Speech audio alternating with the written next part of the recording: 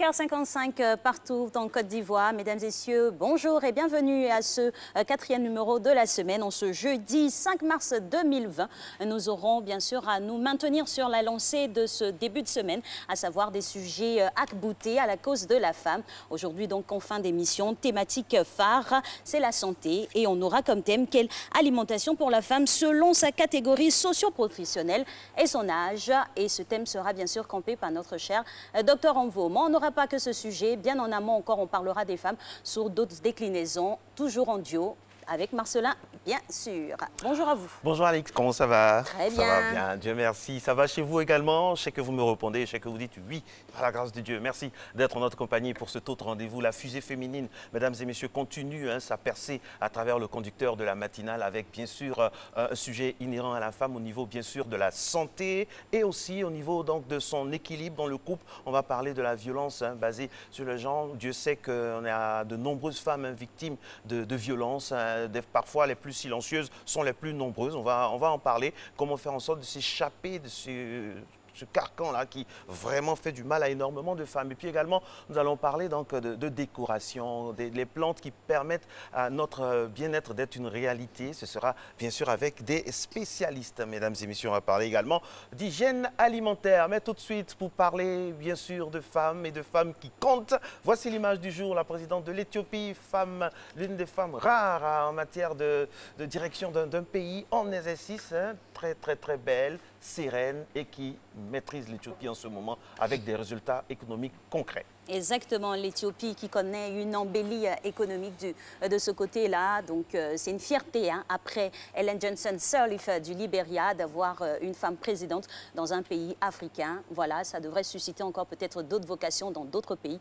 À commencer, pourquoi pas, chez nous en Côte d'Ivoire. Eh oui, on ne pourrait pas si bien dire, chez nous en Côte d'Ivoire, un peu de féminité dans tout ce balai de testostérone, ça ferait du bien. Aujourd'hui, le 5 mars, c'est le 64e jour de l'année. Ça passe, il reste pratiquement 300 jours, comme ça, 301 jours. Vous voyez comment ça passe vite? Le tiers de l'année, le quart de l'année est déjà effectif. Et puis, on souhaite une bonne fête à Olive. Olive, on a un Olive dans notre bureau. Les Franck Olive, c'est dérivé. On a Olivia, et les Olivias sont toujours belles. Dédicace. Olivia, vous draguez en direct, Olivia, monsieur? Non, je drague pas, je fais un compliment, c'est différent. Alors, Conan, Géracine, Kiran et ses dérivés. Kérie, Kéman, Kyrian. Kéran, Kéranus, okay. Théophile et Virgile. Eh oui, des prénoms aussi exceptionnels que variés. Kyrian, notamment le nom du bébé de notre chère Christelle Soro, dont le patron est dans ce studio-là, le directeur de la production, Monsieur Sissensa, qui a décidé de nous faire un coucou. Et c'est très gentil de sa part en ce début de matinée. Et puis le 5 mars 1960, une photo a vraiment constitué ce jour-là un mythe, une photo très illustrative, et c'est une photo qui émane donc du photographe Corda, la photo mythique de Che Guevara à La Havane lors de l'enterrement des victimes de l'explosion de la courbe. Voilà cette photo-là que vous voyez sur des t-shirts, sur des mugs, partout dans le monde, est l'œuvre d'un grand photographe qu'on appelle Corda, et c'était en 1960. Et lui, c'est le vrai Che. Le vrai Che, oui. Exactement. Voilà, lui aussi, il est là, toujours à nos côtés, du lundi au jeudi, c'est sa partition. Le Che de l'info. Exactement, le Che de l'info. Il est là, tout sourire, bien mis, avec voilà, ses fiches pour nous distiller le premier flash qui a trait à nos informations au niveau national. C'est M. Régis Kofi que vous recevez maintenant.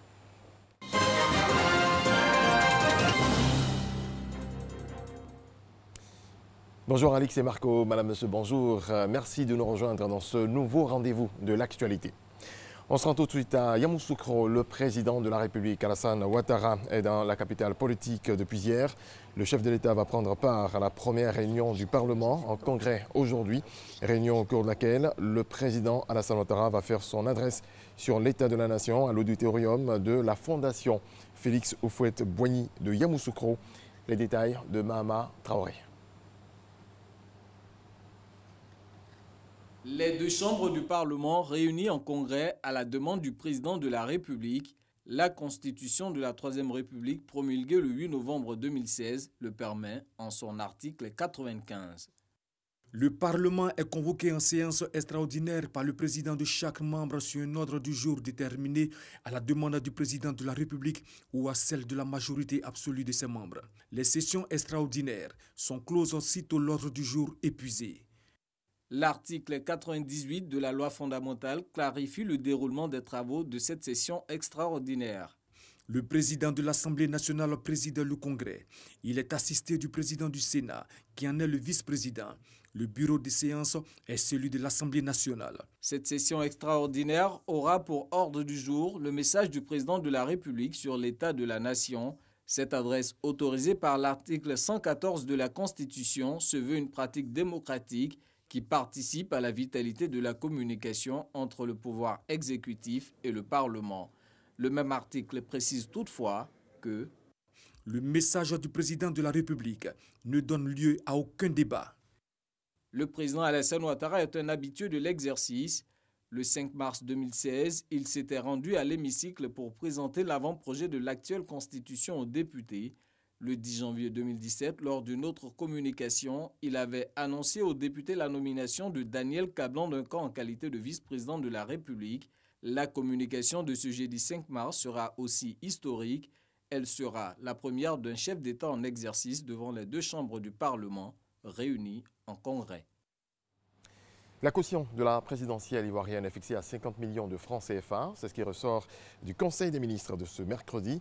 La commission centrale de la commission électorale indépendante CEI sera composée de 16 membres au lieu de 15, a annoncé le porte-parole du gouvernement Sili Timoko Touré à l'issue de ce conseil.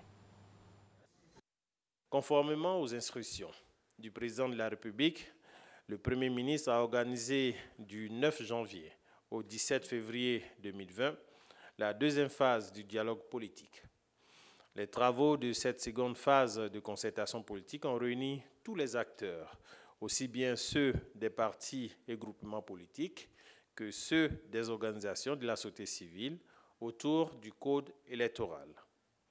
Au cours des travaux, plusieurs points de divergence ont été observés, notamment sur les propositions de restructuration du pouvoir de décision de la CEI, la limitation du mandat des députés et des élus locaux, le financement a priori sur fonds publics de la campagne électorale et la sanction de la transhumance politique. Toutefois, les délibérations en séance plénière de validation du rapport final et de clôture tenues les 5, 6 et 17 février 2020, suite aux travaux en comité restreint de haut niveau, ont permis d'arrêter 4 points d'accord, à savoir l'introduction du parrainage du candidat à l'élection présidentielle par 1% des électeurs dans au moins 50% des régions et districts, le relèvement du niveau du cautionnement pour l'élection présidentielle à 50 millions de francs CFA,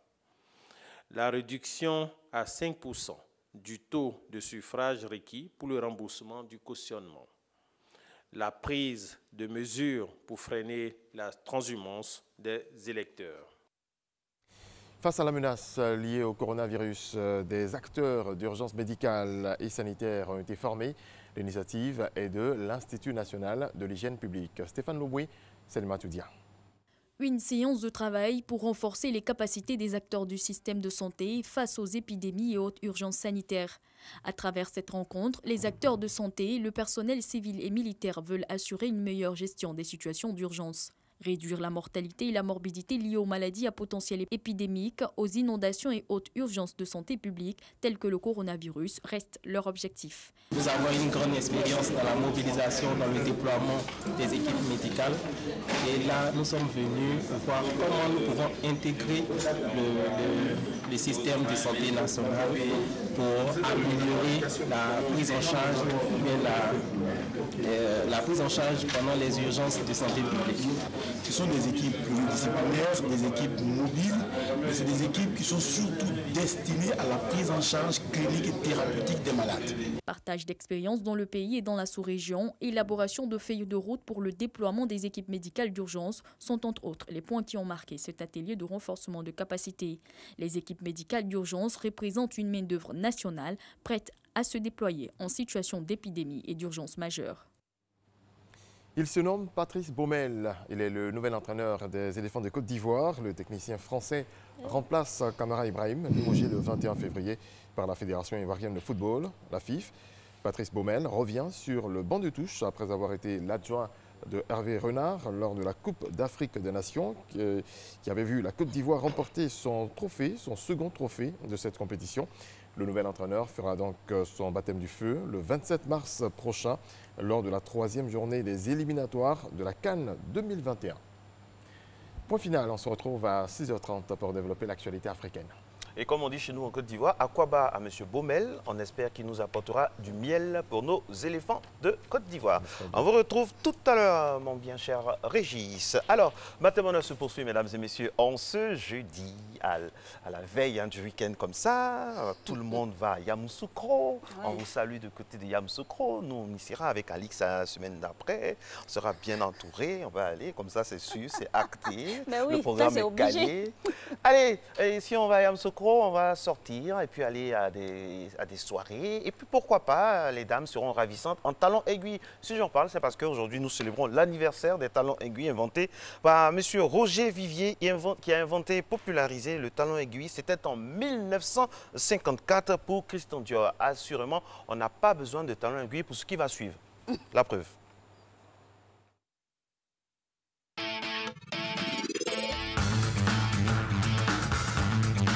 Bonjour, bonjour, chevaux à la maison, toujours quoi débattre pour vous servir. Ok? Aujourd'hui, nous sommes toujours dans la semaine de la journée internationale des droits de la femme. Ok?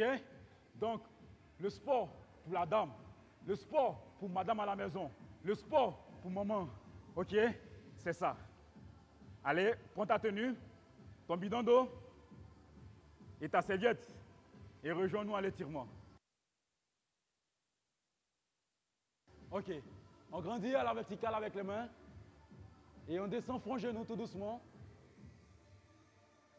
1, 2, 3, 4, 5, 6, 7 et 8. Monte tout doucement, tout doucement. C'est notre corps. La main opposée, posée sur genou. Inspire un grand coup avec un gros sourire et descend côté. 1, 2, 3, 4, 5, 6, 7. Et 8. Sortez la main côté, on regarde droit devant avec un grand sourire et on cherche loin derrière en inspirant.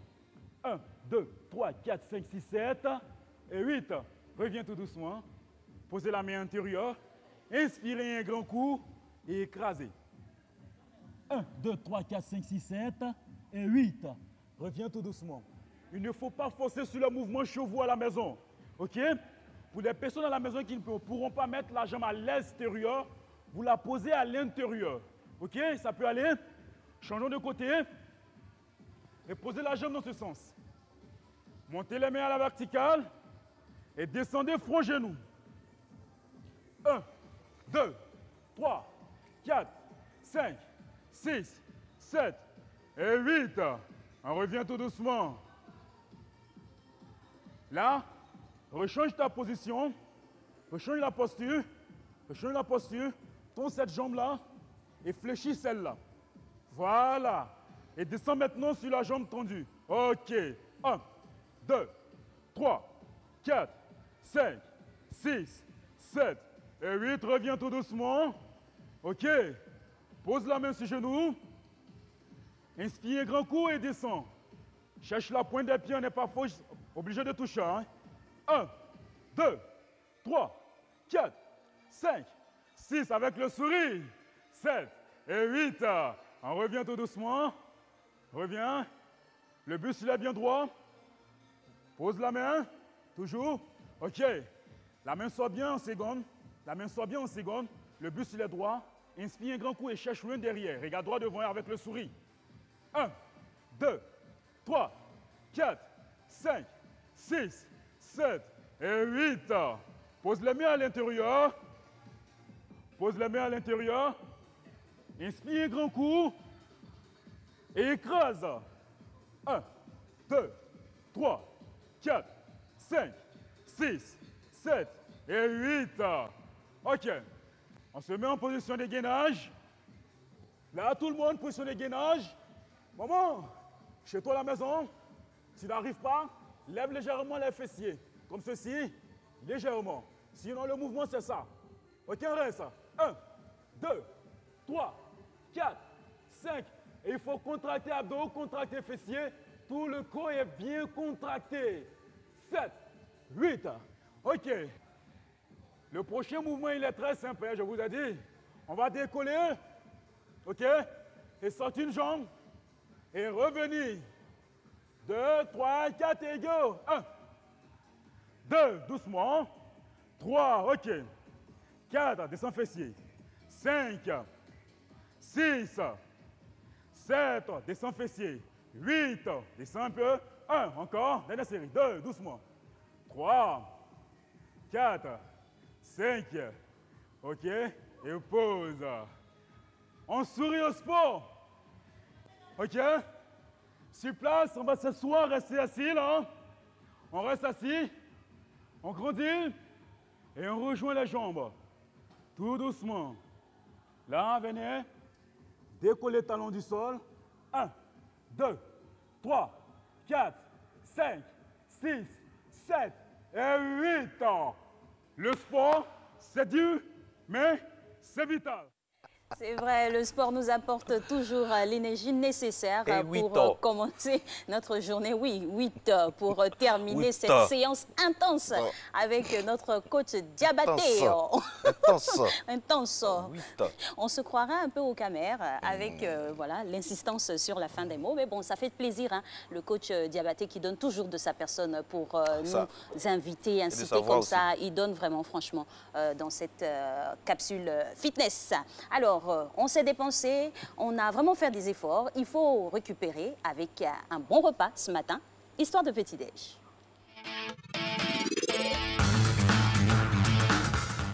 L'éternelle, l'intemporelle salade niçoise, qui ne l'a jamais goûté à une terrasse, à la maison, en famille, quelque part au bord de l'eau. Franchement, la salade niçoise mythique, c'est un mets de rassemblement. C'est facile à faire, facile à trouver. On mange avec son mari, avec sa femme, avec ses enfants et ça fait du bien. Ça fait du bien. La composition, c'est vraiment simple, Alix.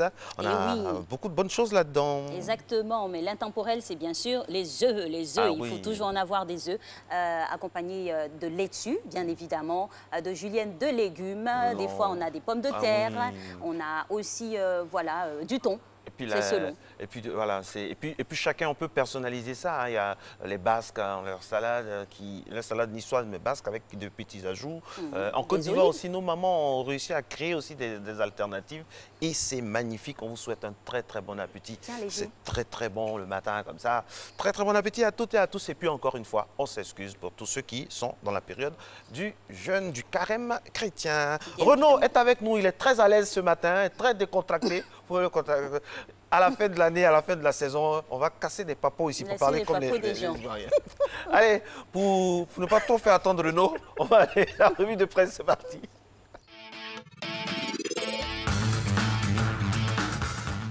Bonjour Renaud. Bonjour Alix. Bonjour Renaud. On va faire vite. Alors, on démarre tout de suite avec le président de la République qui sera en face de la nation aujourd'hui même. Oui, face aux représentants du peuple que sont les députés et les sénateurs, Ouattara parle à la Côte d'Ivoire. Aujourd'hui à Yamoussoukro, le patriote qui livre cette information révèle ce que le président de la République va dire sur l'état de la nation. Et puis, le gouvernement a arrêté d'importantes décisions hier, mon très cher Renaud. Oui, c'est l'info que nous livre Le Jour Plus à travers ce titre. Ouattara fait bouger les lignes. Ces décisions qui émanent du Conseil des ministres d'hier concernent notamment l'élection présidentielle, la commission électorale indépendante ou encore les relations Côte d'Ivoire-France. À ce sujet, Maurice Kwaku Bandama, l'actuel ministre de la Culture, a été nommé ambassadeur de France en Côte d'Ivoire. Eh oui. Et que nous dit l'Inter sur ce conseil d'hier, Renaud? 4 grandes décisions ont été arrêtées hier. C'est ce que barre à sa une le confrère. L'Inter met l'accent sur les 50 millions de francs CFA de caution fixés pour tous les candidats à la présidentielle, sur ce qui est prévu pour le PDCI qui intègre la commission électorale indépendante et sur la façon dont va s'opérer le parrainage des candidats. Et puis Patrice Baumel, je le disais tout à l'heure avec Régis, c'est le nouveau miel qui va s'occuper de la douceur des éléphants de Côte d'Ivoire. Enfin, on l'espère. Oui, l'information a été communiquée hier par la Fédération ivoirienne de football. À ce sujet, Sidi Diallo, son président, révèle dans le quotidien Super Sport pourquoi il a choisi le Français, qui, on le rappelle, était l'adjoint d'Hervé Renard en 2015 lors du 2e sacre continental des éléphants en Guinée équatoriale. Et on prolonge l'information sportive avec la FIFA et surtout son président qui a annoncé récemment qu'il ne briguerait pas un nouveau mandat à la tête de l'institution. Oui, à ce sujet, l'intelligent d'Abidjan balance à sa une. Kpakpato est torpilleur de la division et profiteur plutôt de la division bientôt au chômage. Selon le confrère, les nombreux conflits qui ont émaillé les mandats de Sidi Diallo étaient du fait de personnes tapies dans l'ombre qui en tiraient des bénéfices. Et concernant ces conflits, justement, le futur ex-président de la FIFA a déclaré selon l'intelligent d'Abidjan « Je ne veux pas que celui qui sera élu vive ce que j'ai vécu ». Dis donc. C'est un aveu. Ça promet, hein. Un aveu lourd de sens. Allez, on va refermer les portes de cette revue de presse, mon très cher Renaud, avec l'expression.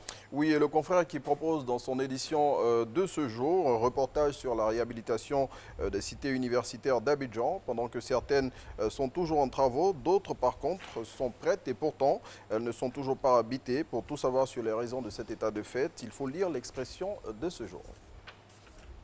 Merci à vous, Renaud. Merci, on se voit demain pour terminer cette semaine. Bien. Vous voulez pas continuer avec nous? Oui, on pourrait ouvrir le prochain puisque vous devez dérouler le conducteur, donc je vais vous laisser faire. Vous pouvez rester avec nous. Vous savez, hein? Bon, je vais vous regarder depuis. Plus on est nombreux, plus on est heureux. Hein? Depuis l'arrière-scène. Oui, c'est sûr que c'est depuis l'arrière. L'arrière-scène. Ça, c'est sûr. On salue l'arrière-scène. Merci à vous, Renaud. Et puis, allez-y, rapidement.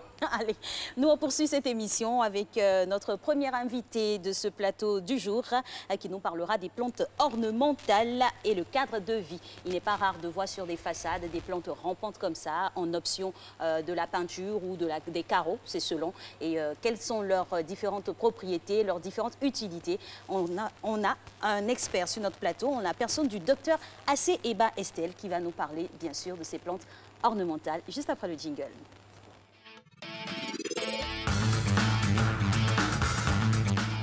Matin Bonheur, chaque jeudi, nous parlons de votre bien-être, de notre bien-être dans l'environnement. C'est la raison pour laquelle, depuis maintenant quelques semaines, nous invitons avec beaucoup de plaisir des experts sur notre plateau pour nous parler des différents pans de notre côté décontracté de la vie. Docteur Eba Estelle Assé est avec nous. Merci à vous d'être en notre compagnie. On va parler des fleurs. Quelles sont les fleurs qu'il faut mettre dans sa maison? Où les positionner? Qu'est-ce que ça envoie comme santé? Parce que les fleurs, on ne le dira jamais assez, agissent sur la santé. Voilà, le jardin d'Éden, c'est pas par hasard.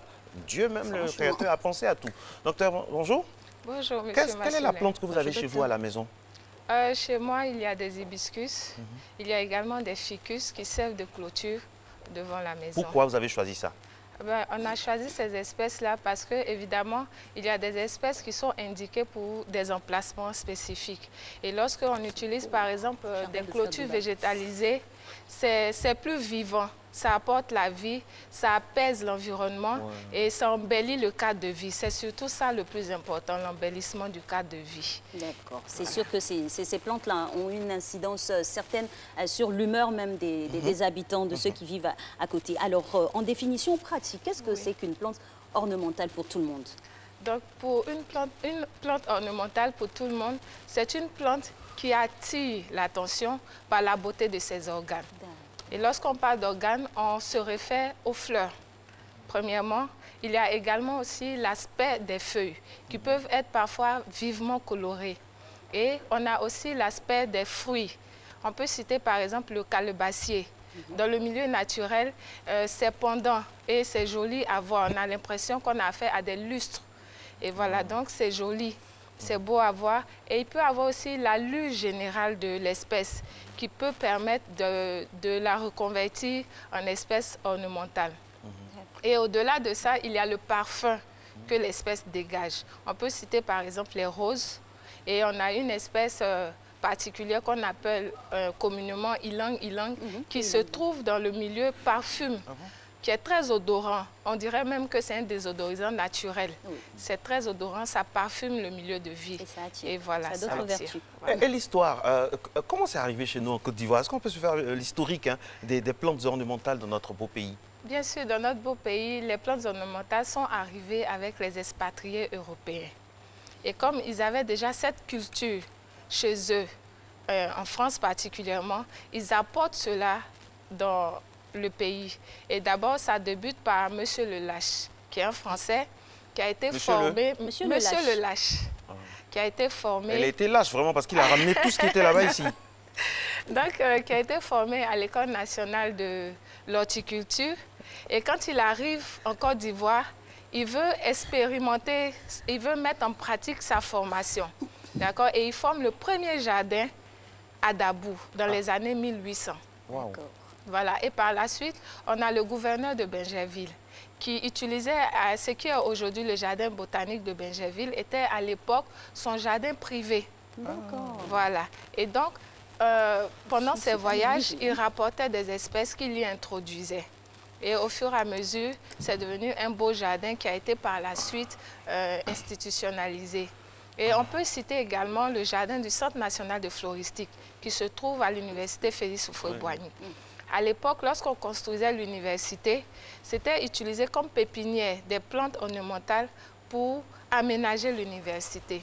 Et donc, c'était un germois, c'est de là qu'est partie l'utilisation des plantes ornementales. Et bien évidemment, chaque expatrié avait son jardin privé, et au fur et à mesure, c'est rentré dans les mœurs des populations, en commençant par les populations plus aisées.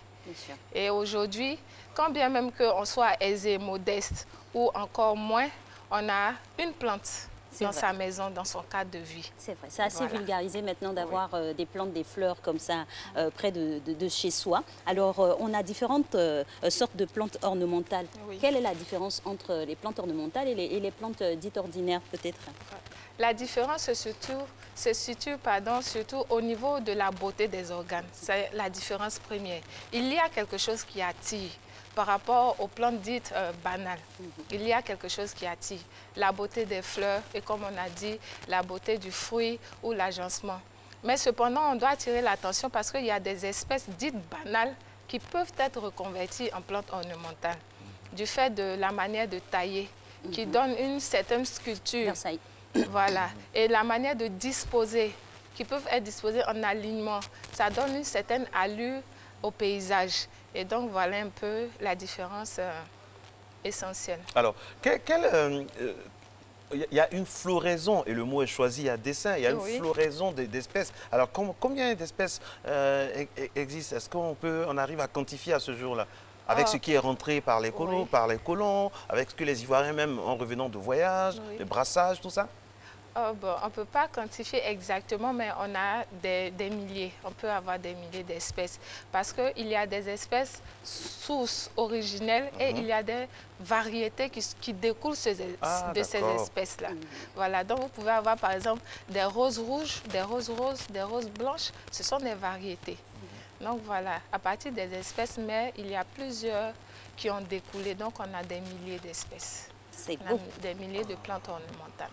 Alors le rôle et l'importance des plantes ornementales sur la vie au quotidien, au-delà de l'aspect esthétique peut-être. Les plantes ornementales sont très importantes parce que, premièrement, elles contribuent à l'aménagement du cadre de vie. Et vous voyez même dans l'urbanisation, lorsqu'il y a des opérations immobilières, des espaces sont épargnés pour créer des espaces verts. Ça veut dire qu'elles sont importantes. Et lorsqu'on assiste, toujours dans l'aménagement du territoire, au déguerpissement pour embellir le cadre de vie, on voit que les horticulteurs sont épargnés parce que leur présence est importante. Ça apporte de la nature dans un milieu de plus en plus urbanisé. Et le rôle important de ces plantes ornementales, c'est qu'elles nous accompagnent dans toutes nos cérémonies, de la vie à la mort. C'est vrai. Voilà. Lorsque, par exemple, il y a une naissance, on apporte un bouquet de fleurs. Un mariage, c'est là ce soir. Pour la naissance, il faut le tenir un peu loin du bébé parce que c'est surtout pour la mère. Alors, dites-nous, je comprends maintenant pourquoi dans les grandes villes, au milieu des principales artères, il y a toujours des arbres. Le président Félix Houphouët-Boigny insistait pour qu'il y ait toujours des arbres parce que ça permet des plantes, des arbres, ça permet à la ville de respirer. Voilà, régénérer l'air et tout ça. Ça nous ramène au changement climatique. Quelle corrélation on peut faire entre les plantes ornementales et le changement climatique? Comme toutes les autres plantes, par le phénomène de la photosynthèse, elles absorbent le dioxyde de carbone, qu'on appelle communément le CO2, qui est émis par les pots d'échappement. Et lorsqu'elles absorbent, elles nous donnent de l'oxygène. Donc, les plantes ornementales, par leur position aux abords des rues, dans les avenues, permettent d'être un premier rideau d'absorption de ce CO2 et permet alors de limiter l'échappement de ce gaz à effet de serre qui entraîne le réchauffement de la Terre. D'accord. Alors, est-ce qu'il faut s'adresser à un spécialiste pour le choix de ces plantes ornementales à la maison? Pour terminer par cela. Évidemment, il faut s'adresser à un spécialiste parce qu'on ne plante pas n'importe quelle plante et n'importe où. Donc, il faut d'abord s'adresser à un spécialiste pour le choix de l'espèce en tenant compte des exigences écologiques. Il y a des espèces d'ombre qui se retrouvent dans les appartements, il y a des espèces de plein soleil, il y a des espèces aquatiques et il y a des espèces qui n'ont pas besoin d'assez d'eau. Et aussi pour la sécurité. Pour la sécurité parce que vous pouvez planter une espèce et à la longue, les racines, le système racinaire peut attaquer la clôture. Donc, il faut savoir la disposer pour ne pas que cet incident se produise. Il y a aussi malheureusement des espèces qui sont ornementales, mais qui sont toxiques, qui entraînent des inflammations cutanées. Et malheureusement, certaines espèces comme Dieffenbachia, qu'on appelle communément, se retrouvent dans des bureaux, dans des allées, alors qu'elles s'avèrent être toxiques au toucher. Donc, il faut un expert pour vous dire qu'il ne faut pas avoir cette espèce à portée de main. D'accord. Voilà. En tout cas, vraiment, on aura éminemment besoin de vous, hein, pour ceux qui sont en train de construire des maisons, tout ça. C'est le moment, hein, de vraiment se rapprocher des personnes, hein, qui nous donneront de bons conseils par rapport à l'ornement, surtout pour nous-mêmes, pour notre environnement, pour nos enfants surtout. Ça fait plaisir. Merci infiniment à vous, docteur Assé Eba Estelle. La Côte d'Ivoire regorge d'énormes cadres et d'énormes spécialistes dans bien des domaines. Matin Bonheur se poursuit maintenant pendant qu'il est 6h27. Réalisation Jacques Brou, alias Jacobi, c'est notre réalisateur de cette semaine avec Christelle Akoussa en alternance. On se retrouve juste après le bloc pub, JT, on revient. Matin Bonheur, vous y êtes et vous avez raison.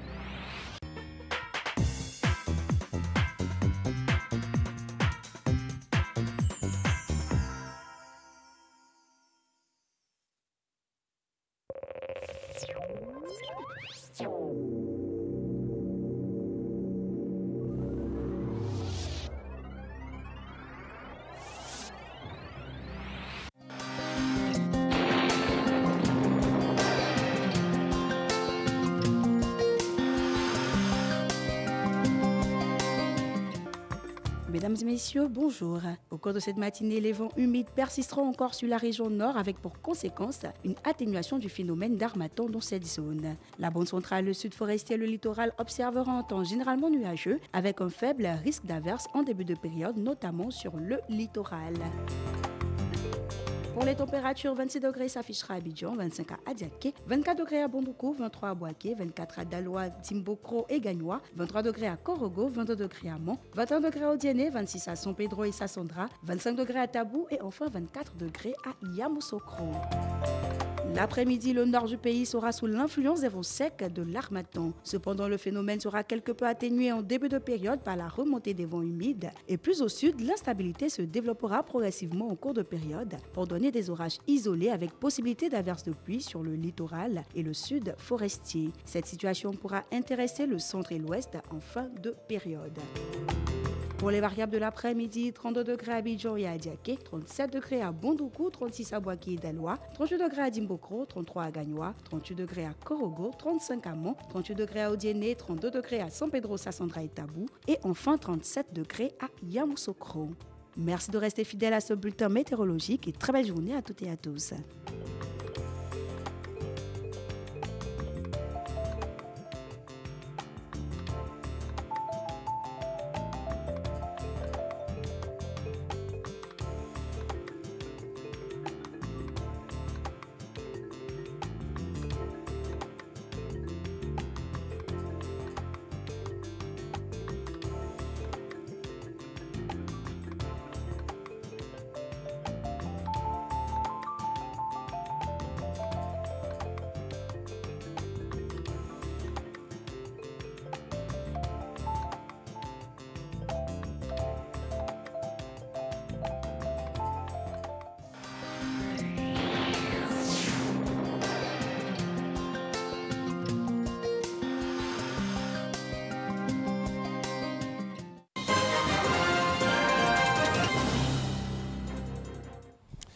C'est l'heure de l'actualité africaine. Bienvenue. Bonjour à tous.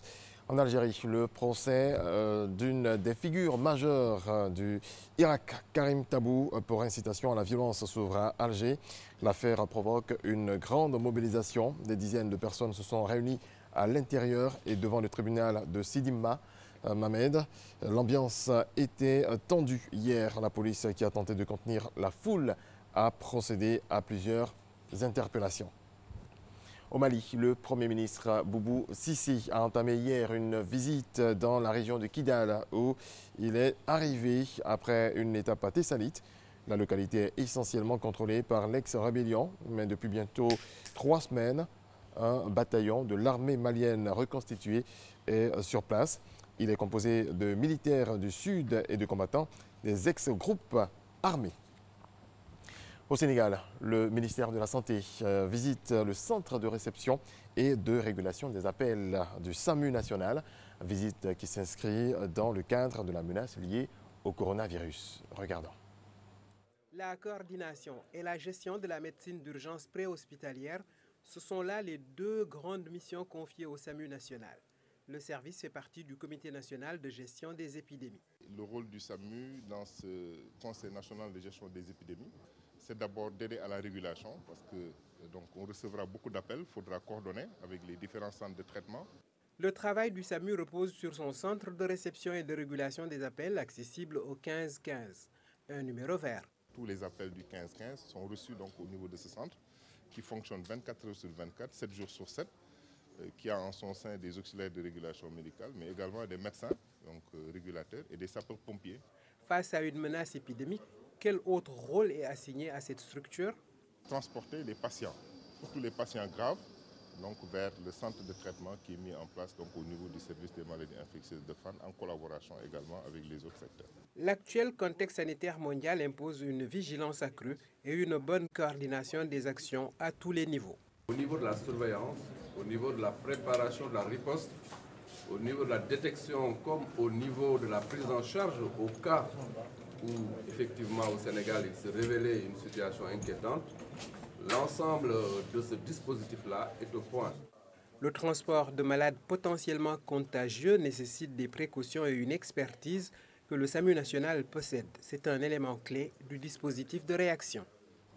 La propagation du coronavirus commence à affecter et à menacer l'organisation de grands événements sportifs sur le continent. Le coup d'envoi de la Basketball Africa League reporté, le Grand Prix de Rabat de judo et le Tour du Maroc cycliste annulé. De nombreuses compétitions de ballon rond impliquant des pays touchés par le Covid-19 sont prévues en ce mois de mars. Quart de finale des Coupes d'Afrique de clubs. Éliminatoire de la Coupe d'Afrique des Nations 2021. La prudence reste de mise au sein de la Confédération africaine de football. On n'oublie pas non plus le CHAN, championnat d'Afrique des Nations qui aura lieu le mois prochain au Cameroun. Et justement, on sera au Cameroun. Je vous amène à découvrir la ville de Kribi. Suivant. Avec une vue prenable sur l'océan Atlantique et l'île de Malabo, en terre équato-guinéenne. Le débarcadère du village Maï frappe le visiteur par son phare Marguerite, construit en 1906. Ce dernier est situé à proximité du mémorial de la déportation des peuples Batanga lors de la Première Guerre mondiale. Ce site est vraiment mémorial pour le peuple Batanga, en ce sens que c'est là où a eu lieu la déportation et le retour également. Quand on pense que lors de la déportation, on a perdu plusieurs de nos parents, justement c'est pour cela qu'il est sacré pour nous. Raison pour laquelle on ne peut pas faire n'importe quoi. D'ailleurs, notre chef, le chef Mangoué Michel, a été enterré dernièrement dans ce site-là. Cet espace aménagé et qui dévoile son charme reçoit tous les jours de nombreux touristes qui foulent le sol sacré de cet endroit mythique. Un haut lieu chargé d'histoire, mais pas très connu par nombre d'habitants de la cité balnéaire. Les touristes passent, mais ils ne savent pas ce que c'est. Par exemple, le phare, c'est en 1906 qu'il a été... Et le monument qui est là, c'est en 2016 qu'on l'a installé par le chef Maouvé, de regretter mémoire. La digue des 2 côtés s'est faite récemment. Moi, j'étais déjà là. Les bateaux accossaient directement là. Il n'y avait pas de digue. quand les gens partaient, même vous voyez peut-être dans notre pagne, vous voyez comment il y a les gens qui ont les mains en l'air. C'était justement parce qu'il n'y avait pas de digues, c'était ouvert. Les deux versants bifaces du monument, presque encastrés par le débarcadère, représentent le départ et l'arrivée en deux vagues du peuple Batanga lors de la guerre franco-allemande de 1914 à 1916. C'était lors de la déportation. C'était en quelque sorte le lieu d'atterrissage de tous les Batangas, que ce soit les grands Batangas ou les Batangas même ici. Comme vous disiez tout à l'heure, là, on a deux fêtes. Il y a eu deux dates, le 14 février et le 9 mai. Le 14 février, c'était les grands Batangas, parce qu'ils sont arrivés avant, mais c'était au même endroit. La déportation a eu lieu au même endroit, et même le retour. Lors de la déportation, on est allé nous parquer au nord-ouest, au sud-ouest, certains même dans le sud, vers autour de 100 000 images. Cette histoire reste gravée sur les écriteaux comme du sang indélébile versé par les ancêtres Batanga. Avec ses atouts, le débarcadère du village du Maï est une destination touristique. Touristes, chercheurs et hommes de culture y trouvent leur compte. Un héritage riche à préserver et à valoriser pour les générations futures. Merci de votre attention, c'est la fin de ce point de l'actualité. Voilà. Merci à vous, Régis Kofi, et on est dans pas longtemps pour le dernier flash. Tout de suite, nous passons à la suite de cette émission avec le prochain invité de ce programme, à savoir Monsieur Socrate Kofi, qui est chef de service à mobilisation sociale au Comité national de lutte contre les violences faites aux femmes et aux enfants du ministère de la Famille, de la Femme et de l'Enfant. Vous l'aurez compris, on parlera de violences basées sur le genre, l'impact négatif que cela a sur les femmes et la société en général. Parce que, voilà, depuis un bon nombre de temps maintenant, on voit qu'il y a une recrudescence de violences faites aux femmes. Cela fait l'objet même d'une journée internationale de lutte contre les violences basées sur le genre. Aujourd'hui, nous avons décidé d'en parler, toujours arrimé au sujet de la femme et en prélude à la journée internationale de la femme. On se voit juste après le jingle envoyé par Jacques Brouf.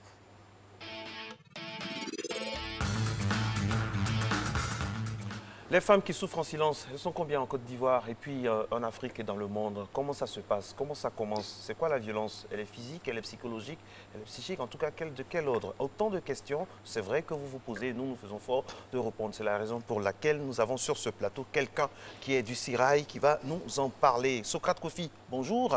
Vous êtes, je répète, bonjour, chef de service mobilisation sociale au Comité national de lutte contre les violences faites aux femmes et aux enfants au ministère de la Famille, de la Femme et de l'Enfant. Et vous êtes très inspiré parce que nous sommes dans l'environnement féminin, parce que bientôt on célèbre donc en fin de semaine là, la journée internationale des droits de la femme. Et dans ces droits-là, la sérénité de la femme est très très importante. Alors dites-nous, est-ce qu'on peut avoir les chiffres des violences faites aux femmes dans notre pays, la Côte d'Ivoire?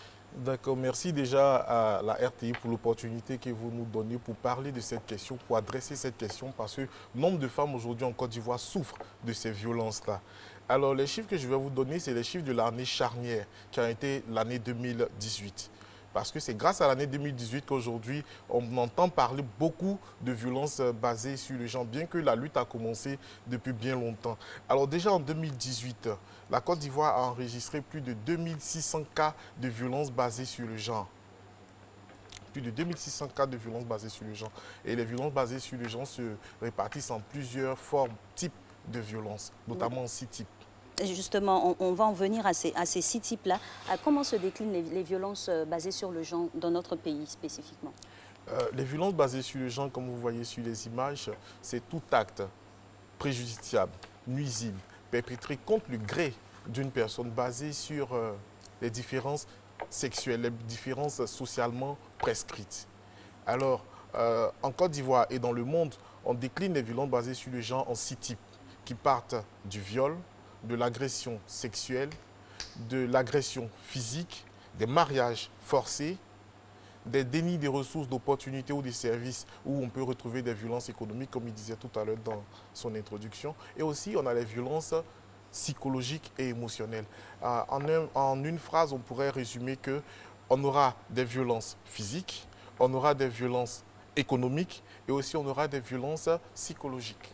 Ok. Monsieur Socrate, on dit parfois à tort, il y a des préjugés comme ça, l'Africain est violent, parce que l'Africain, il est dans l'émotion, voilà, il est violent. Est-ce qu'il y a des spécificités en Afrique et en Côte d'Ivoire relativement aux violences basées sur le genre, violences faites aux femmes? D'accord. Est-ce qu'en Afrique, on est plus violent qu'ailleurs? Nullement. Nullement. Voilà. Partout dans le monde, la violence est présente. Tout à fait. Que vous soyez chez les riches, que vous soyez chez les pauvres, que vous soyez chez les plus développés ou les pays en voie de développement, la violence est présente partout. Je pense que la violence est aussi une question d'éducation. Tout à fait. Voilà. Oui, effectivement, j'allais vous poser la question de savoir d'où tire-t-on l'origine de la violence, la source de violence? Parce qu'on vit dans un État régi par des lois, donc on devrait être respectueux de ces lois-là, mais on constate quand même des cas de violence. Comment on explique le phénomène? Effectivement, la violence est d'abord dans l'essence de l'homme. C'est la capacité de chacun à dominer cette violence qui fait la différence entre l'homme violent et celui qui est pacifique. Mais aussi, une des sources de violence peut être aussi certaines cultures, certaines de nos cultures que nous appelons peut-être à tort ou à raison des pratiques traditionnelles néfastes. Je veux parler des mutilations génitales féminines connues sur le vocable d'excision en Côte d'Ivoire, qui est une sorte de mutilation. Et c'est atroce. Aujourd'hui, beaucoup de femmes en meurent. Beaucoup de femmes. Une jeune femme qui a été excisée peut-être à l'âge de 3 ans parce que, soit dit-on, on veut la fidéliser, on veut la rendre pure, on veut la rendre femme, on veut la rendre prête à se marier. Elle est excisée, il y a des séquelles. Au moment de son accouchement, peut-être 20 ans plus tard, il y a des complications. Imaginez-vous si elle est dans une zone reculée où l'accès est difficile. Elle peut en mourir. Ok. Alors, dites-nous, Socrate, c'est dommage, on n'aura pas beaucoup de temps avec vous, on a tellement d'invités aujourd'hui. Vous avez parlé de 2600 cas en Côte d'Ivoire, c'est ça, hein, oui, pour 2018. Hein. 2018. Ces 2600 cas-là prennent qui en compte? Parce qu'il s'agit des cas où il y a eu des plaintes.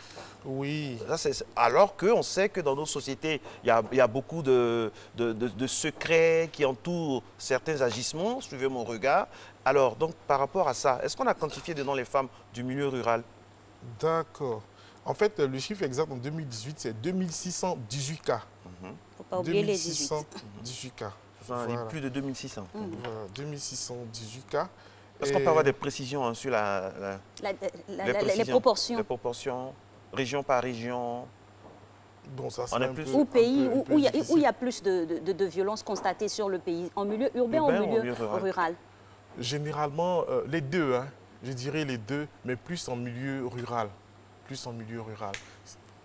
Plus en milieu rural. C'est pourquoi nos actions sont plus ciblées à l'intérieur du pays pour pouvoir sensibiliser nos parents sur certaines formes de violence, sur certaines formes de culture qui n'honorent pas la femme, qui dévalorisent plus la femme.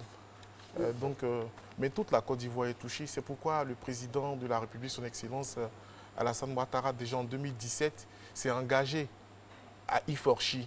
Ça veut dire lui pour elle en anglais. C'est-à-dire qu'il s'est engagé à défendre les droits des femmes en Côte d'Ivoire, à dire non aux mutilations génitales féminines, à dire non au mariage des enfants. Au mariage des enfants, c'est des personnes qui sont âgées entre 0 et 18 ans, des personnes de moins de 18 ans. Et je pense que la lutte est en train de se poursuivre et les résultats se font ressentir. On a fait plusieurs sensibilisations depuis 2018, avant 2018 même, ce qui fait qu'aujourd'hui, les populations brisent le silence. Parce que généralement, il y a certaines formes de violence qui sont adossées à nos cultures. C'est vrai que de plus en plus, on a des mouvements de femmes qui se lèvent. Aujourd'hui, vous voyez des gens qui dénoncent des cas de viol, alors qu'auparavant, vous savez, le violeur, généralement, il n'est pas loin de la sphère familiale. Et les gens privilégient toujours les règlements à l'amiable. Mais aujourd'hui, avec les sensibilisations et tout ça, ils ont compris le danger, qu'il faut pouvoir extirper de la société cette personne dangereuse pour laisser ces jeunes filles-là vivre leur vie pleinement. C'est pourquoi on a beaucoup de dénonciations aujourd'hui. Et la loi même a évolué dans ce sens. Et c'est bien de vous avoir sur ce plateau parce que ça va permettre aux personnes qui ne veulent pas parler, de montrer qu'au sein des ministères de l'État, au sein du pays, il y a des endroits particulièrement où on peut aller se plaindre. Hein. C'est très, très important. Alix, malheureusement, on est obligé de conclure ce cas-là pour passer à une autre étape. Donc, ce sera comme ça à chaque fois avec des sujets relativement à la femme. Oui, très important des sujets que nous abordons ici pour bien sûr étayer la lanterne des uns et des autres et aiguiller même les victimes à pouvoir s'orienter dans les bonnes institutions. Merci à vous, Monsieur Kofi. Merci. On va recevoir maintenant un autre invité. Ce sera une dame, Madame Hortense Richer. Elle est consultante pour le sujet hygiène alimentaire, aliments et bien-être, parce qu'il faut aussi s'alimenter des bons aliments pour rester en bonne santé et avoir toutes ses capacités physiques et mentales pour se battre pour les droits. Pourquoi pas? Bonjour madame et bienvenue. Merci. Alors, on parle avec elle dans quelques instants. Le temps pour Jacques Brou de nous envoyer le jingle.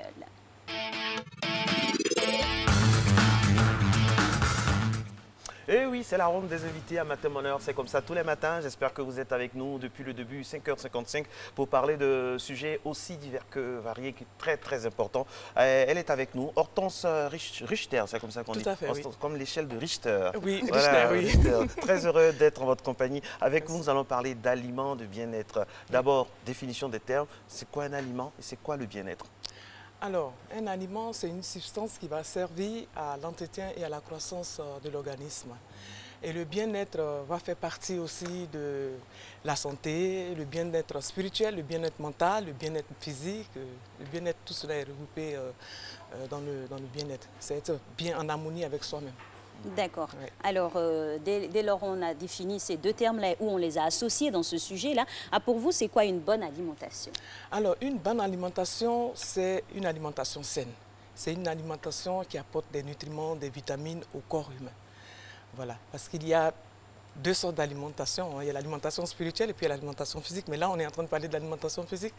Et donc, ce sont ces aliments qui sont des fruits, des légumes, et des céréales, et ça, c'est des alimentations saines. Ok, alors dites-nous, Madame Richter, comment on peut imposer un aliment à un enfant? Parfois, on est un peu gêné, on se dit, bon, on y va pas. En tant que parent, comment on fait? Comment on trouve le subterfuge? Alors, c'est là où les parents doivent être responsables. Parce que c'est nous qui éduquons les enfants, ce n'est pas les enfants qui nous éduquons. Les enfants, ils ne savent rien, ce sont des enfants. Eux, si aujourd'hui ils peuvent aller jouer même dans l'électricité, mettre tous des fils, tirer des câbles, ils vont le faire parce que ça leur fait... la notion du danger. Voilà, parce que ça leur fait plaisir. Mais tout ce qui leur fait plaisir n'est pas bon pour eux. Donc c'est nous qui savons que si aujourd'hui, ce matin, mon enfant, il veut mettre, je ne sais pas, 6 à 7 morceaux de sucre dans sa boisson le matin avant d'aller à l'école, c'est nous qui devons lui dire non, tu ne dois pas le prendre parce que c'est comme ci et c'est comme ça. Vous voyez, donc c'est à nous d'expliquer aux enfants pourquoi est-ce qu'ils ne devraient pas prendre cet aliment, pourquoi ils doivent prendre celui-là. Donc il y a toute une éducation à faire derrière. D'accord. Alors pour ce sujet, on a décidé aussi d'ouvrir une brèche sur l'alimentation et la carnation, à savoir la dépigmentation. Votre avis là-dessus? Alors, vous savez, au départ, moi j'étais vraiment très enthousiaste. J'étais partie pour fabriquer des produits cosmétiques pour la peau et tout. Et puis sur le chemin, j'ai réalisé qu'en fait, c'est un temps perdu parce que tout est dans l'alimentation. D'accord. Voilà. Donc, se dépigmenter la peau ou mettre des substances toxiques sur la peau, c'est aussi dangereux parce que tout ce qu'on met sur la peau va passer dans le sang. Voilà. Donc, c'est prouvé que si tu utilises un bras pendant que tu es en train de mettre une crème, ça va traverser tout l'organisme et puis ça passe dans l'autre bras. Donc, en se dépigmentant, c'est-à-dire que chaque jour, on est en train de mettre une petite dose de poison sur la peau, dans le corps. À vous entendre, c'est donc simple que manger mal, c'est vraiment agir indubitablement de mauvaise manière sur sa santé. Et y a-t-il des conséquences sur un mauvais choix d'alimentation? Oui. Lesquelles? Oui. La constipation, le diabète, le cancer. C'est vrai qu'il y a des maladies qui sont héréditaires, ça c'est sûr. Mais il y a certaines maladies que nous achetons nous-mêmes dans les magasins. Donc, oui. Donc voilà, c'est pour ça qu'il est très très important. Et quand on mange mal aussi, on est toujours stressé. On n'est pas de bonne humeur. Voilà. On est de mauvaise humeur. Quand on est de mauvaise humeur, qu'on n'est pas bien, ça veut dire qu'on a une baisse de sérotonine. Donc il y a des aliments qui vont remonter la sérotonine, c'est l'hormone de bonne humeur. Donc voilà, tout est dans l'aliment en fait. Tout est dans l'aliment. Justement, on va rester encore sur les aliments. Vous nous avez cité ce que vous pensiez être une bonne alimentation. On a des féculents, on a des céréales, on a des protéines, on a vraiment plein de choses. Oui. Alors, selon vous, un exemple de bonne alimentation et un exemple de mauvaise alimentation en termes d'association? Alors, je vous ai pris 2 exemples. D'accord. Tout simplement, de 2 boissons. Et ici, on va dire que c'est une boisson qui est malsaine et puis ici, c'est une boisson qui est saine. Tout simplement, c'est que ce qu'on va voir, c'est que la boisson saine, elle est moins chère, elle est accessible. Et puis la boisson malsaine, elle coûte cher. Donc la boisson saine, elle va nous apporter des minéraux, des vitamines, elle va soutenir notre système immunitaire, elle va nous aider à renforcer le système immunitaire. Mais l'autre boisson qui est malsaine, ben, elle n'apporte rien au corps en fait. Elle n'apporte vraiment rien. Elle apporte une énergie qui fait chou, et puis après ça chute. Voilà, donc on reste tous les jours, on est comme ça, donc ça fait que... Exactement. Le ch, ça veut dire quoi? C'est-à-dire que ça fait chou. Voilà, quand ça fait chaud, c'est que c'est en train de ça va chuter. On est sûr que ça va chuter tout de suite. Voilà, donc, et vous faites ça avec style en plus. Exactement. Donc moi, là, alors voilà, donc la boisson saine par exemple, elle est accessible. La boisson saine, accessible, mais meilleure, on n'a pas à se prendre la tête, c'est du citron et de l'eau. Tout simple. De l'eau citronnée. Voilà. Et moi là, j'ai ajouté une plante qui est l'ortie. Parce que cette plante, elle renforce le système immunitaire. Elle contient tous les minéraux dont on a besoin, dont l'organisme a besoin. C'est scientifiquement prouvé. Et c'est une plante aussi qui est accessible. C'est ce qu'on appelle la mauvaise herbe. Vous voyez, en Suisse, en Europe, on l'appelle l'ortie. Ici, je ne sais pas si c'est vrai. Je dois vérifier encore, mais j'ai une amie. On a un expert qui est là, elle pourra nous dire. On va trouver le nom, soit en baoulé, soit en dula. Il y a toujours un nom. Il y a toujours, si on c'est pas en baoulé, c'est en dula. Pour définir la plante, d'autant plus qu'on a reçu Dr Assé. En plus de ça, que ce soit en dula ou en baoulé, on va toujours trouver un nom. Alors, j'ai une amie qui m'a dit que ça s'appelait Sécoutouré. Donc, il y a toujours un nom. D'accord. Ayez confiance, il y a toujours le nom. Donc, voilà. Donc, ça, c'est une boisson, par exemple, moi, tous les matins, elle devient ma boisson. Parce que, vous savez, le corps humain, il est comme un véhicule. Quand vous avez un véhicule, on vous dit que ce véhicule-là, il va prendre, vous mettez du diesel ou de l'essence. Et quand vous allez mettre du diesel dans une voiture qui prend le carburant à l'essence, le moteur, il va... Naturellement, c'est la même chose pour le corps. Donc, quand vous vous réveillez le matin, la première chose, les scientifiques le savent, c'est prouver le petit déjeuner, c'est très important. Le premier carburant. Ah, ça, c'est le premier carburant. C'est celui-là qui va vous permettre de monter, d'aller, d'être vraiment en puissance, de bonne humeur, plein d'énergie. Les gens ne comprennent pas pourquoi. Eh bien, c'est la boisson. C'est ça, le petit déjeuner. Donc, avec cette tisane, ben voilà, on fait une petite boisson comme ça qui est... Je vais juste vous montrer la couleur. En plus, la couleur, elle est belle, elle est saine et tout. Et voilà, donc on va faire et on va juste... Oh là là, je vais salir votre... Ah non, mais c'est pas bien grave, on va s'en occuper. Ok, d'accord. Le temps que nos téléspectateurs voient déjà la couleur. On a un aperçu déjà de la couleur. Exactement. Voilà. Comme ça, c'est plus pratique. Voilà, ça c'est une petite boisson que vous pouvez déguster le matin et la boire et ça vous fournit toute l'énergie. C'est du citron, c'est de l'ortie et c'est de l'eau, tout simplement. Et c'est laissé infuser combien de temps On laisse infuser 5 minutes, c'est-à-dire que vous vous réveillez le matin, vous mettez votre ortie, vous pâtez, chaud, froid, tiède? Alors, tiède, c'est mieux. D'accord. Tiède, c'est mieux parce que tiède, ça va aussi vous dégraisser. Voilà. Donc, en même temps, ça dégraisse et en même temps, ça donne une énergie. Ça nettoie les organes, le rein, le foie et tout. Non, mais détoxifiant. C'est exactement le mot. Détox. Et la mauvaise boisson? La mauvaise boisson, ça va être une boisson, c'est du soda. D'accord. Je pensais à autre chose. Hein. Tequila, non? Non, je bois Koutoukou. Ah ouais, c'est aussi une forme. Non, alors ça, c'est du soda, il y a de l'eau et du sucre. Tout simplement. Donc, ce sucre blanc qui est... Il y a de l'eau et du sucre. Genre café baoulé. Non, soda. Mais là encore, il y a du gaz et tout ça. Soda, mais généralement, on va mettre des colorants. Ils mettent souvent des colorants, voilà, juste des colorants. Et des conservateurs. Et des conservateurs, exactement. Et ça coûte plus cher. Et ça coûte pas cher. Mais plein de nutriments. Ça coûte cher, mais zéro. Et l'avantage, c'est que ça, c'est pas nous qui avons fabriqué. Alors que ça, c'est nous qui avons fait. Et puis vous savez... Le fait maison est toujours meilleur pour la santé. On ne le dira jamais assez. Exact. Et puis vous savez ce que vous avez bu. Et si vous n'avez pas le temps, il faut vous confier aux spécialistes pour le faire pour vous.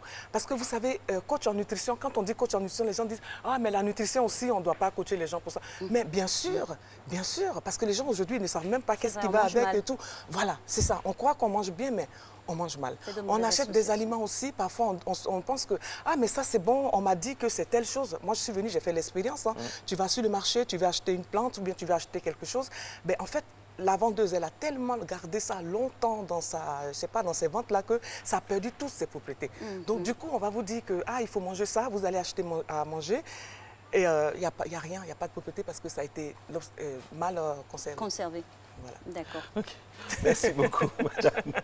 Merci, ça fait tellement plaisir de vous avoir et d'avoir tellement de dextérité sur ce plateau dans tous les domaines, nutrition, plantes, gens, ça fait plaisir. C'est ça, ma témoigneur, être avec vous et vous toucher là où vous aimez afin que vous puissiez avoir le maximum d'informations. Ma témoigneur se poursuit, il est 6h55 à Cocody, précisément à la Riviera 2. On salue tout le monde là-bas, tous ceux qui nous regardent en direct. Et puis aussi du côté de Benjerville à l'entrée et aussi à Bata, c'est bientôt. Ma témoigneur se poursuit. On se retrouve juste après ceci.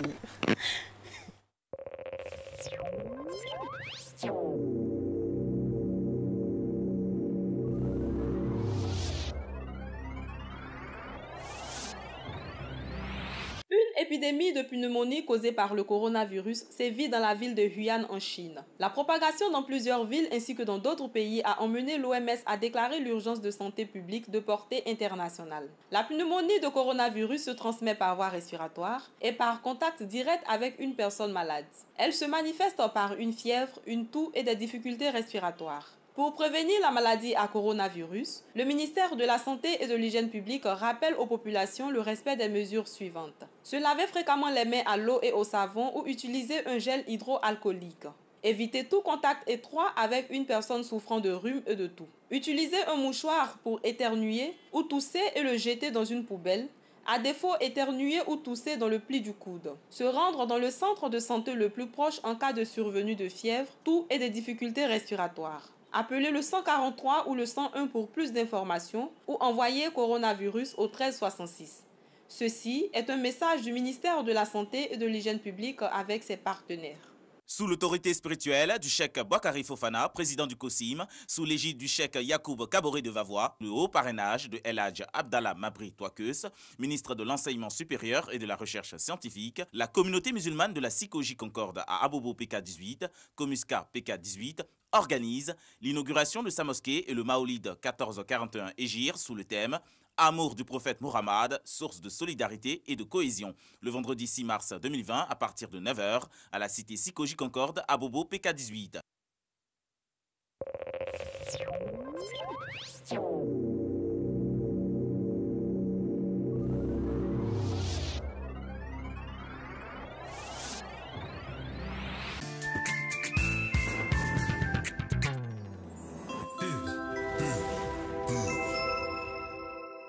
Là, c'est ma sœur Eunice et moi, c'est Soraya. Voici maman, un vrai rayon de soleil.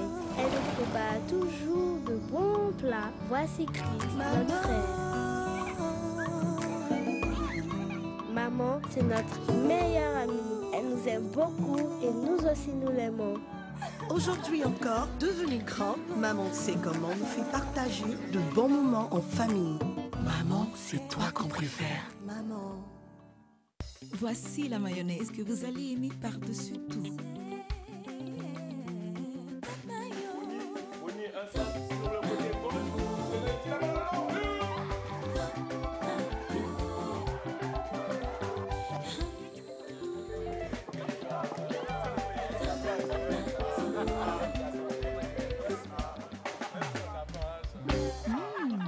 Top Mayo, le délice de nos plats.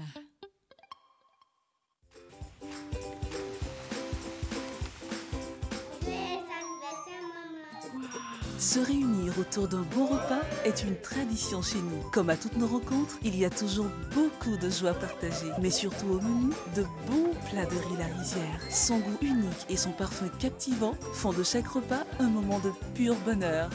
La Rizière, la source du bon riz. Ma soeur, où vas-tu si pressée? Mon mari a découvert une nouvelle pâte tomate là. Il en parle tout le temps. Ma chérie, c'est Alissa tomate. Alissa? Ah! Le double concentré de tomates Alissa, fait à base des meilleures tomates naturelles sélectionnées pour leur goût et leur qualité. La tomate Alissa se conserve très bien et ne noircit pas. On voit l'équipe qui va évoluer en 4-4-2. C'est de ça que je te parlais. Alissa, le goût parfait. Maman, tu as changé de lait? C'est très bon. Oui, c'est le lait Leti, vitaminé, riche en calcium et au goût crémeux. Il te fera déborder d'énergie. Maman, j'ai gagné. il y a du nouveau par ici. C'est Leti. Leti, lait en poudre instantané, vous garantit pleine forme et bonne santé. Excellent pour les sportifs. Leti, le maximum d'énergie.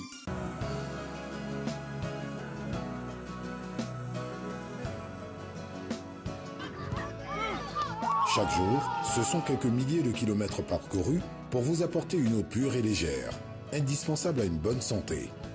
Vous livrer une part de bien-être est ma meilleure récompense d'une journée de travail ardu. Céleste, pure et légère.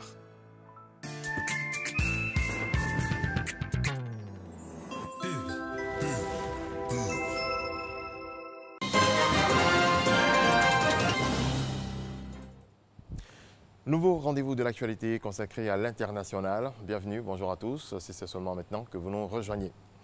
En Italie, l'épidémie de coronavirus a dépassé le seuil symbolique des 100 morts. Le gouvernement a ainsi annoncé hier la fermeture de toutes les écoles et universités à titre de précaution dans le troisième pays le plus touché au monde. Cette mesure sera effective à partir d'aujourd'hui, a précisé le Premier ministre Giuseppe Conte lors d'une brève conférence de presse à l'issue d'un conseil des ministres exceptionnel. L'Italie, 7e économie mondiale, est le premier pays européen et du G7 à adopter une mesure aussi draconienne. Dans la lutte toujours contre cette épidémie, en Corée du Sud, les autorités de Séoul s'associent à l'armée pour désinfecter les rues de la ville. Au total, 411 soldats et 12 véhicules de décontamination K10 ont été mis en action pour couvrir en premier lieu les zones les plus peuplées comme les gares et les parcs. La compagnie ferroviaire locale s'efforce également à désinfecter quotidiennement l'intérieur de ces trains. La Corée du Sud répertorie 142 nouveaux cas de coronavirus portant le bilan national à 5328.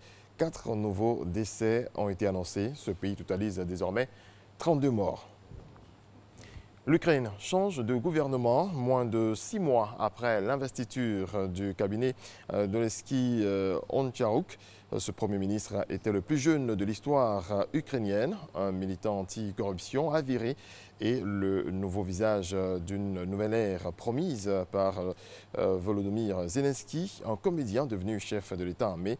Ce changement suscite de nombreuses interrogations sur la stabilité politique de la présidence Zelensky et sur les enjeux ou alors les jeux d'influence des oligarques.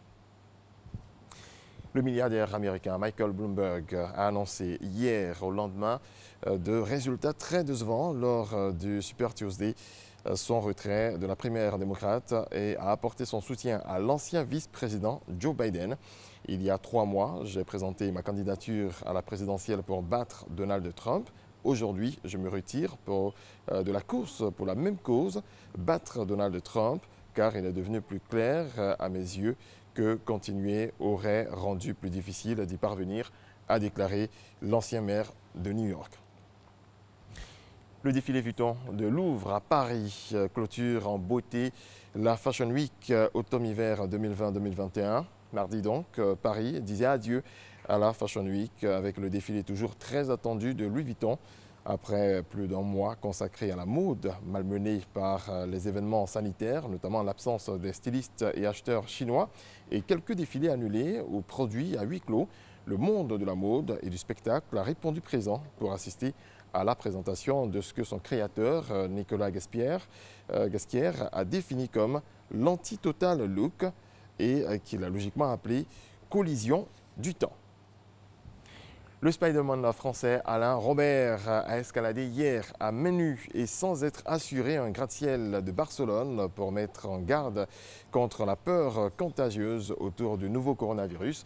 Sous le regard des curieux, le grimpeur de 57 ans a escaladé puis descendu en 47 minutes la tour Akbar qui est haute de 145 mètres. La police locale l'a interpellé une fois au sol, tandis que des passants l'applaudissaient. Et puis un mot de foot en France, Coupe de France, justement, le Paris Saint-Germain et Thomas Meunier se sont qualifiés pour la finale en atomisant Lyon et Jason Denayer sur son terrain, 5-1. Kylian Mbappé a inscrit un triplé. Aïe, aïe, aïe. C'est la fin de ce rendez-vous de l'actualité. Merci de votre attention. Très belle journée à toutes et à tous. Merci à vous, Régis Kofi. Ce foot-là, on l'adore, d'autant plus que notre star marque comme ça 3 buts. Ma foi, c'est jouissif. Le monsieur qui a grimpé, là, j'ai dit, c'était sans assistance. Oui, sans protection. Ça allait suicidaire. Hein. Vous savez qu'il y aura un comme ça en Côte d'Ivoire bientôt. C'est lequel? Il vient pour le Massa, il s'appelle le Ménestrel. C'est un Français et il fait ses spectacles, je ne dirais pas tout, mais franchement, les immeubles, les gratte-ciel d'Abidjan, vraiment doivent être vraiment sécurisés parce qu'il y a quelqu'un qui vient pour le Massa pour ça. J'espère qu'il va s'assurer. Et il est, ouais, non, mais là... La sécurité au moins. Justement, et ben oui. du bon état du ça s'appelle bâtiment. avoir la foi, quoi. Escalader comme ça avec son compte, c'est... Ben oui, moi je me dis que c'est un peu suicidaire aussi. Hein. Des fois, il ne faut pas pousser, quoi. Un truc de... Enfin, je ne vais pas dire ça ici, mais un truc de ouf. Voilà. Un truc de ouf. On le fait? Non, sans moi. On lui en parle? Oui, il faut lui en parler, mais on ne le fait pas. On ne le fait pas du tout. On a encore de la progéniture à voir grandir. Ça, c'est sûr. Alors, merci Régis Kofi. On se voit la semaine prochaine. On égrène tout doucement ce mois de mars et puis on va y arriver jusqu'en juin. Alors, on poursuit cette émission avec notre docteur Envo national qui est là pour ce jeudi dans la thématique santé pour parler d'alimentation adaptée aux âges des femmes en général et surtout particulièrement en fonction de leur catégorie socio-professionnelle. Quel aliment manger quand on a peut-être 18 ans et quand on est étudiante, quand on a 50 ans, quand on est à la retraite ou quand on a 33 ans et on est encore en service dans un métier comme le nôtre. Voilà, ce sont des questions auxquelles le docteur Onvo essaiera de trouver des réponses après le jingle, bien sûr.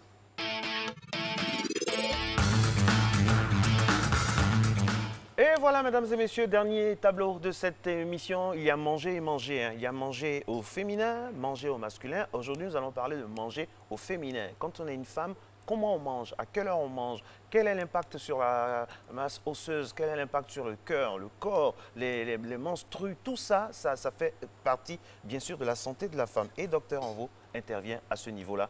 Il est cardiologue, il est très important dans le système de la santé. Il s'occupe de la nourriture et puis il intervient également à l'université. Docteur Envo, bonjour. Bienvenue encore une fois sur ce plateau aujourd'hui en ce jeudi. L'alimentation de la femme, généralement parlant, doit se baser sur quoi? Alors, je suis nutritionniste en cardio. En cardio, oui. En cardio.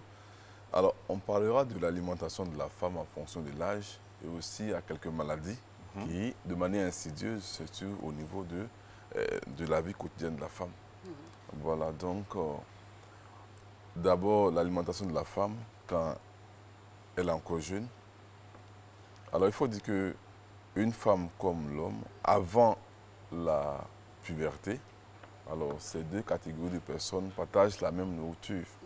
Voilà. C'est-à-dire que depuis l'allaitement jusqu'à ce qu'on puisse avoir les premiers signes de la puberté, il n'y a pas grande différence entre l'alimentation de la femme et puis celle de l'enfant. La différence va se situer au niveau de la puberté. C'est déjà, à partir de la puberté déjà, alors, l'alimentation de la femme doit être renforcée en ce qu'on appelle les aliments riches en calcium.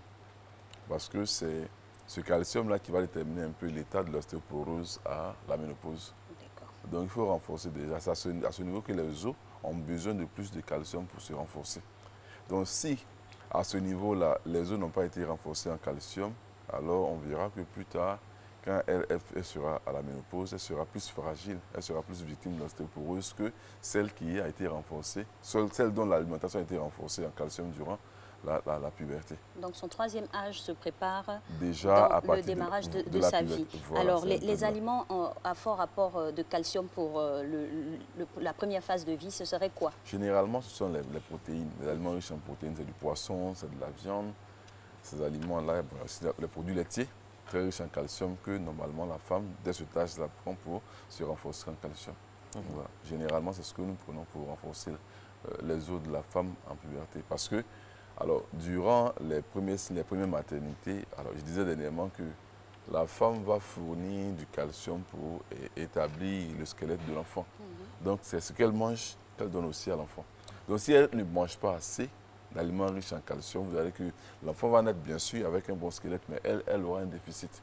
Et puis, alors, après une première maternité, avant la seconde maternité, il faudra qu'elle puisse remplacer un peu ce déficit osseux qu'elle a dû créer par la grossesse. Voilà. Donc il faut chaque fois, avant une maternité, se renforcer en calcium avant la prochaine maternité. Sinon, à la suite de plusieurs maternités, vous allez voir que la femme ménopausée aura un déficit en calcium et déjà, le reste de sa vie, vous allez voir un peu comment est-ce que la ménopause sera déséquilibrée souvent parce qu'elle sera victime de l'ostéoporose, le tassement des os, etc. On ne le dira jamais assez, hein, vous entendre, le calcium est d'une importance déterminante dans l'alimentation de la femme. Et vous, qu'est-ce que vous en pensez à Abidjan ou partout ailleurs où on a pu vous rencontrer? Eh bien, manger équilibré et sain est un gage de bonne santé selon les spécialistes.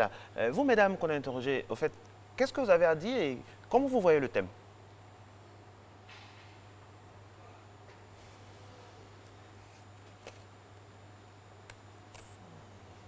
Juste un morceau de pain boule.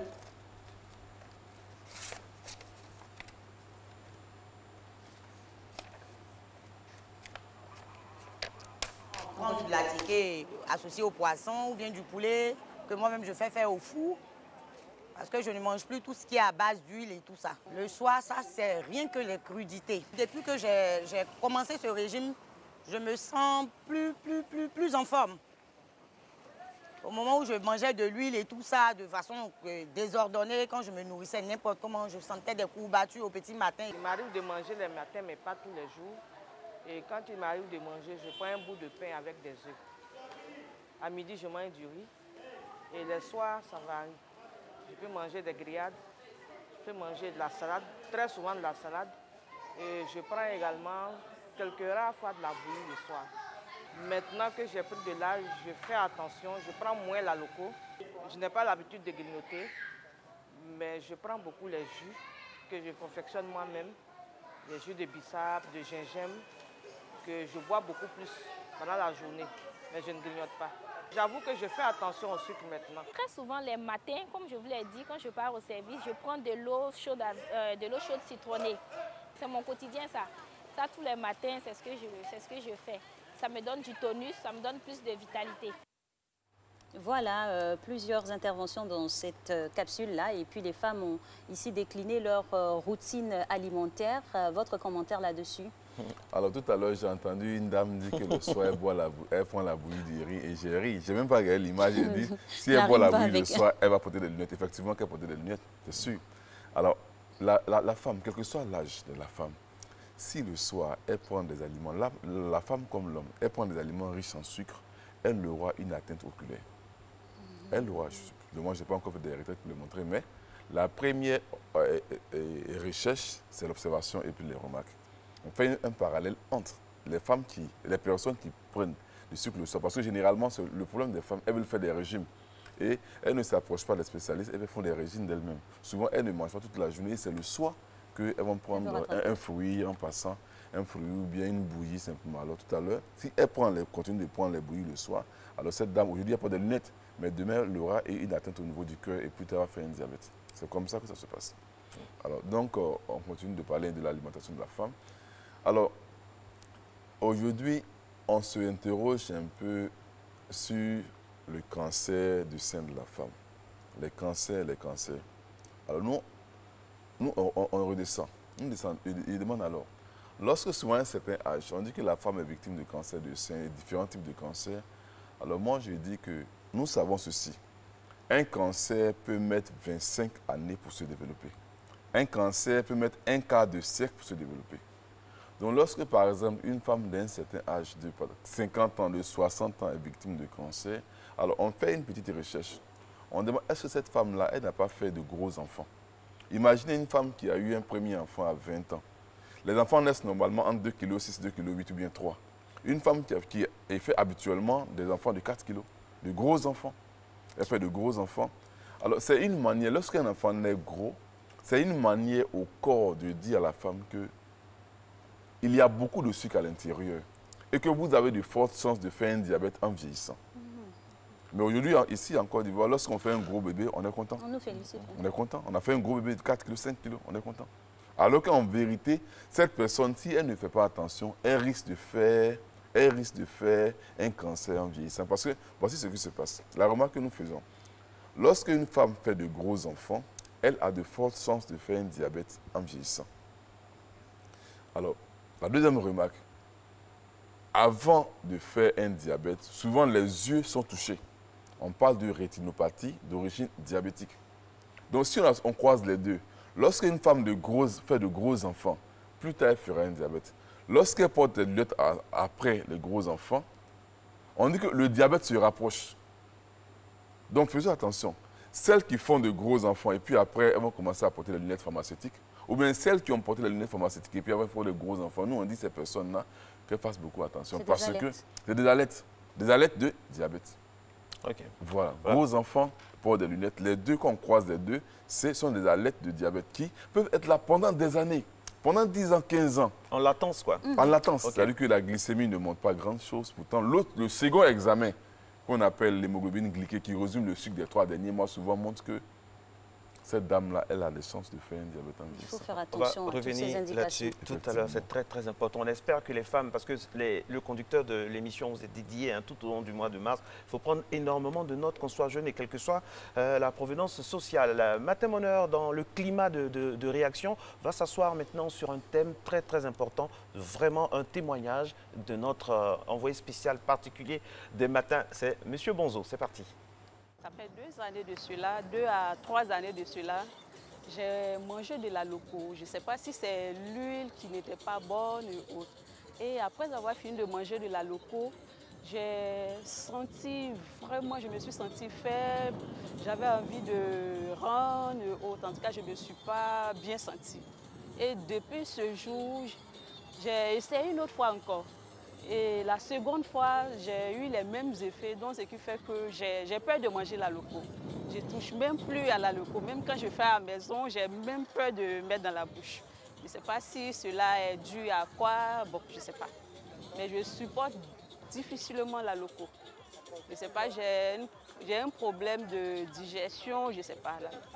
Simplement, je me suis dit que la loco passe pas, donc je ne dois plus manger. Je ne dois plus manger pour ne plus ressentir les efforts que j'ai ressentis. Le témoignage de cette dame concernant voilà, toujours l'alimentation, elle a spécifié avec notre mets ici qu'on appelle la loco spécifiquement. Est-ce qu'elle fait bien de proscrire cette nourriture-là de son alimentation? En termes d'alimentation, chacun a sa réaction vis-à-vis d'un repas. Voilà, peut-être qu'elle ne tolère pas la loco, sûrement qu'elle ne tolère pas. Sinon, la loco, il est bien de le manger. Mais chez une femme qui a une activité ovarienne normale, qui a ses règles normalement, elle mange de la loco, elle n'a aucun problème. Voilà, moi, ce qu'elle ne tolère pas la loco.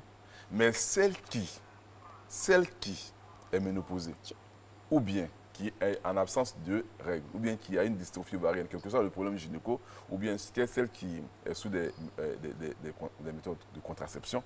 Alors, ces personnes-là qui vont prendre la loco, alors ce groupe d'aliments est appelé aliments à index glycémique élevé. Voilà. Donc, une jeune femme qui a encore une activité ovarienne normale, qui a ses règles, elle mange de la loco, elle n'a rien.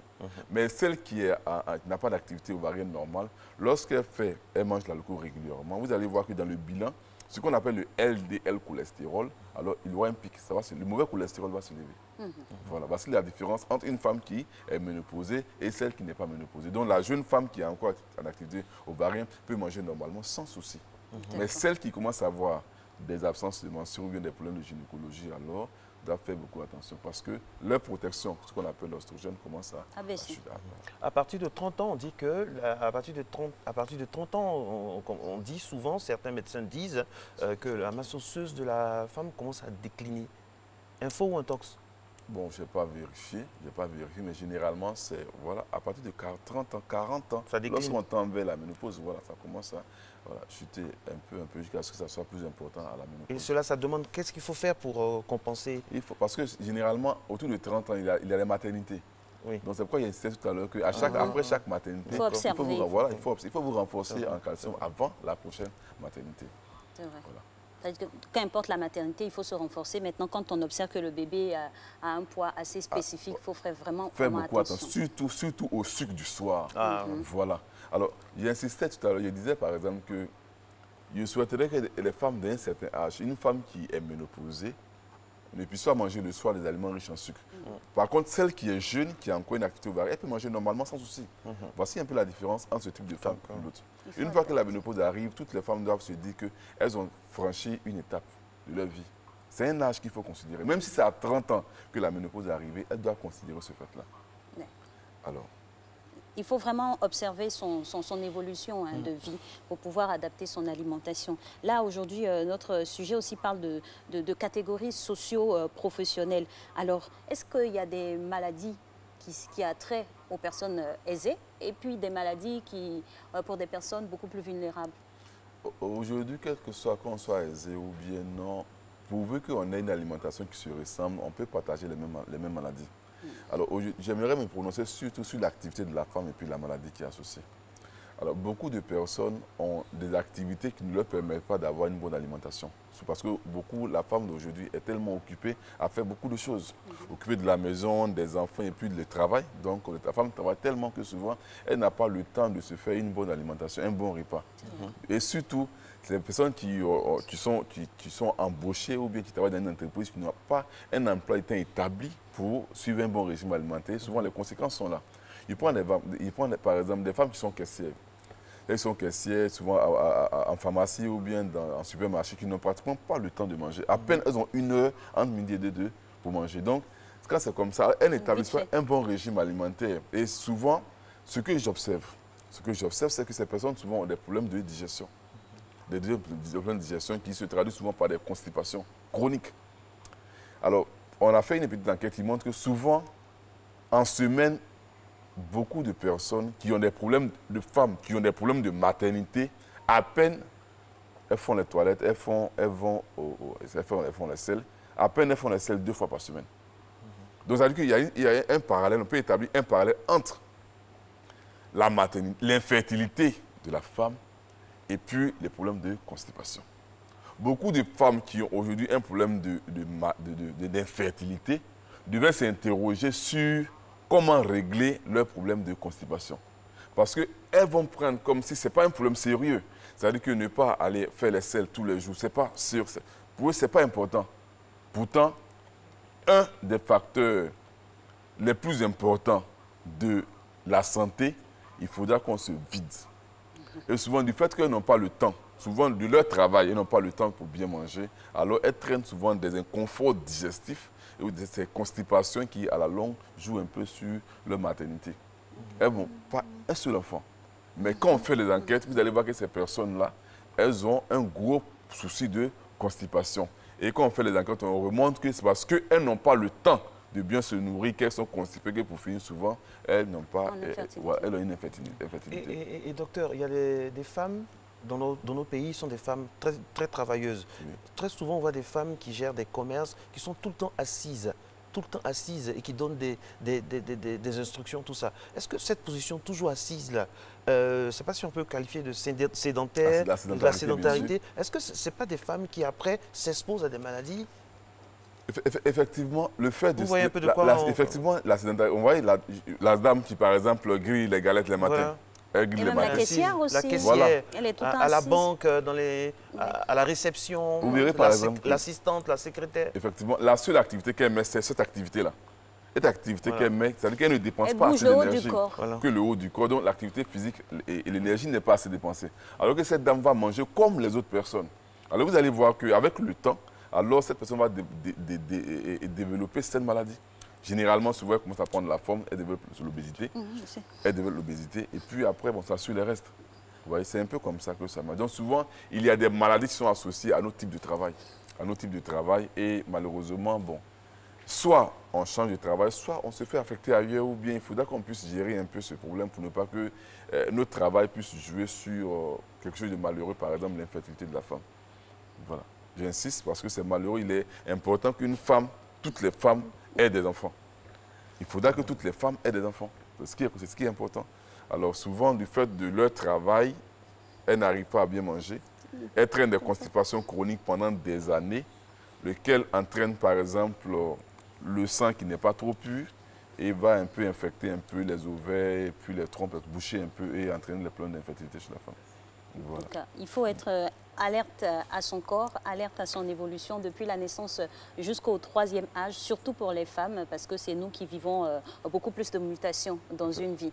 Merci infiniment, docteur Anvo, pour votre intervention à cette émission. On a été très heureux d'être en votre compagnie, n'est-ce pas, Marco? Tout à fait, ma très chère. J'ai une pensée également pour les femmes, on n'a pas pu en parler, les femmes qui travaillent à la banque, qui sont toujours soumise bien sûr à l'odeur du mercure, tout Ouais, ça, qui vraiment, des fois, ça s'accompagne d'une alimentation. Voilà, merci à vous de vous être arrêtés ici ce matin, de participer à Matin Bonheur, parce que vous faites partie de la grande famille. On a été très heureux d'être en votre compagnie. Vendredi, demain, on aura une émission qui va s'articuler autour donc, de la jante féminine. On sera déjà dans les arômes, dans la ferveur de la journée internationale des droits, de la défense des droits de la femme. Remerciements spéciaux à notre monteur Dominique Brandji qui depuis le début de l'année vraiment nous gratifie d'un travail vraiment magnifique. Merci d'être à Matin Bonheur. On se retrouve demain et puis on vous laisse tout de suite dans les bras de nos amis de rendez-vous, Serge José Amessan, Thierry Angeval et Satoudia. Ciao, ciao.